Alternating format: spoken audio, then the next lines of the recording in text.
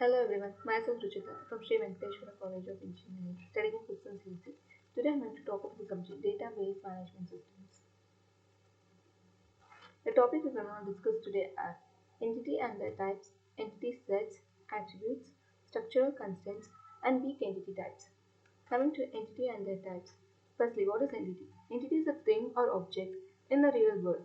An entity contains attribute which describes that entity. So, anything about which we store information is called an entity. Entities are recorded in the database and must be distinguishable, that is, easily recognized from the group. There are two types of entity, that is, tangible entity and intangible entity. Coming to tangible entity, it is a physical object or a physical thing that can be physically touched, seen, or measured. It has a physical existence or can be seen directly. Coming to the example of tangible entities, coming to a person and individual with a distinct identity. Attributes might include a person's name, date of birth, address, etc. Coming to place, a location or an area that can be identified. Attributes might include the place, name, address, and geographical coordinates. In a product, a physical item that can be bought or sold. Attributes might include product name, price, and quantity available. Coming to intangible entity. Intangible entities are abstract or conceptual objects that are not physically present but have meaning in the database. They are typically defined by attributes or properties that are not directly visible. Example of intangible entities include concepts or categories. Coming to event, an occurrence that happens at a specific time and place. Attributes might include event name, date, and location. Concept or category. An abstract idea of growing or similar things. Attribute might include category, name, and description. Transaction. An action or an event that involves the exchange of goods or services. Attributes might include transaction ID, date, and total number. Coming to the entity sets. An entity set is a group of entities that possess the same set of attributes. Each entity in an entity set has its own set of values for the attribute which make it distinct from the other entity in a table. No two entities in an entity set will have the same value for the attribute. The key terminologies we use in entity set is attribute. And attributes are the house or traits of an entity. They describe the data that may be connected with an entity. Entity type. A category or class of entities that shares the same attributes is referred to as the entity kind. Entity instance. An instance example is a particular incident or character entity within an entity type. Each entity instance has a unique identity, often known as a number or key. Primary key. A primary key is a unique identifier for every entity that is present inside an entity kind. There are two types of entity set: strong entity set and weak entity set. Coming to strong entity set, an entity set that has a primary key using which the entity in the table can be uniquely identified. This kind of entity is termed as a strong entity set.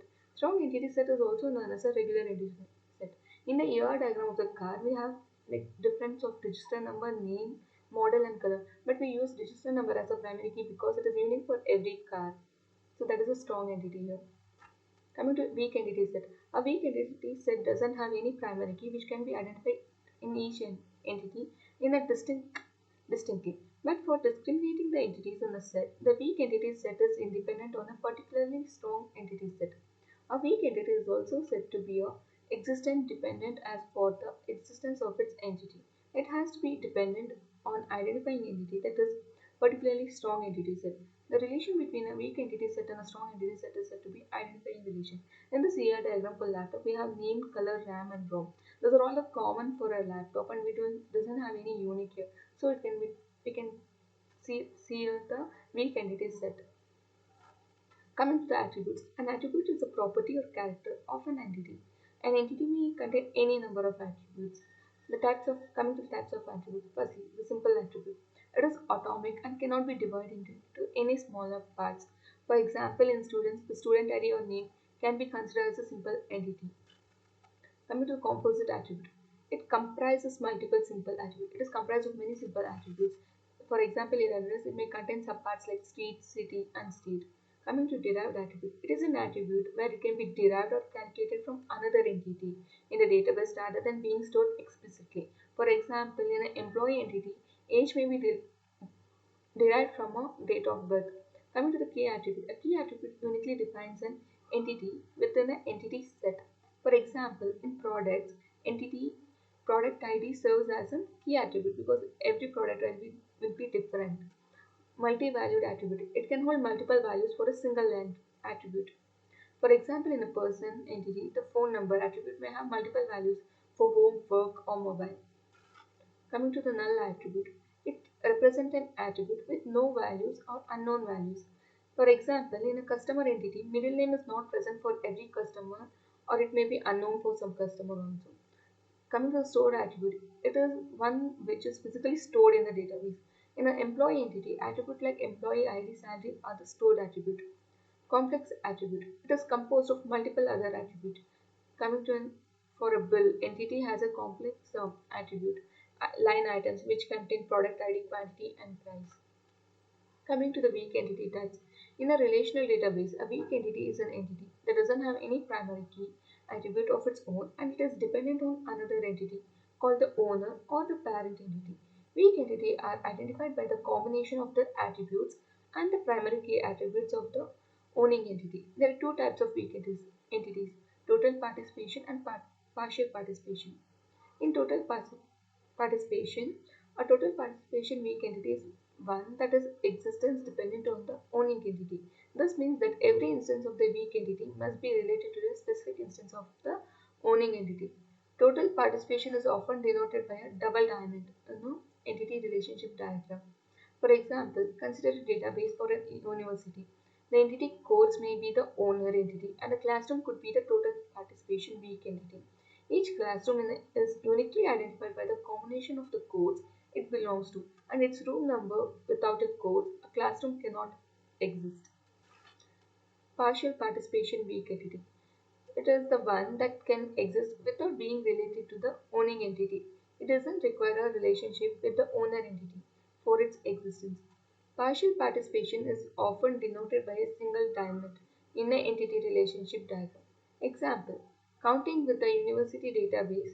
Example, consider a textbook as in partial participation, weak entity related to the course entity.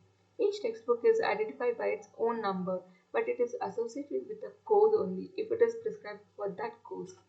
Coming to the structural constraint. Structural constraint is content of a database referred to rules or conditions that dictate the structure of the data model.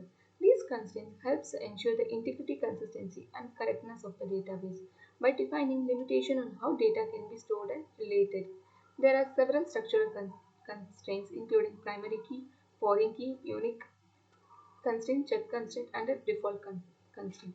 Under the primary key constraint, a primary key constraint ensures that a specific attribute or combination of the attributes uniquely identifies each record in the table. For example, in the student table, the student ID is a primary key guaranteeing that each student will have its own unique identifier.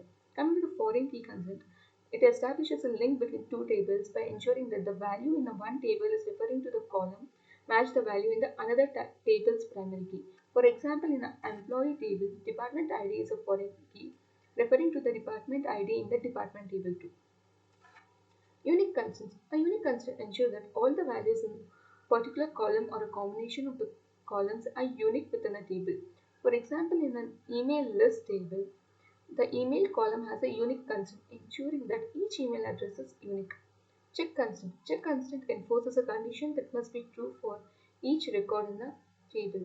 In a product table, a check constant on the price column might ensure that the price is always greater than or equal to the 0.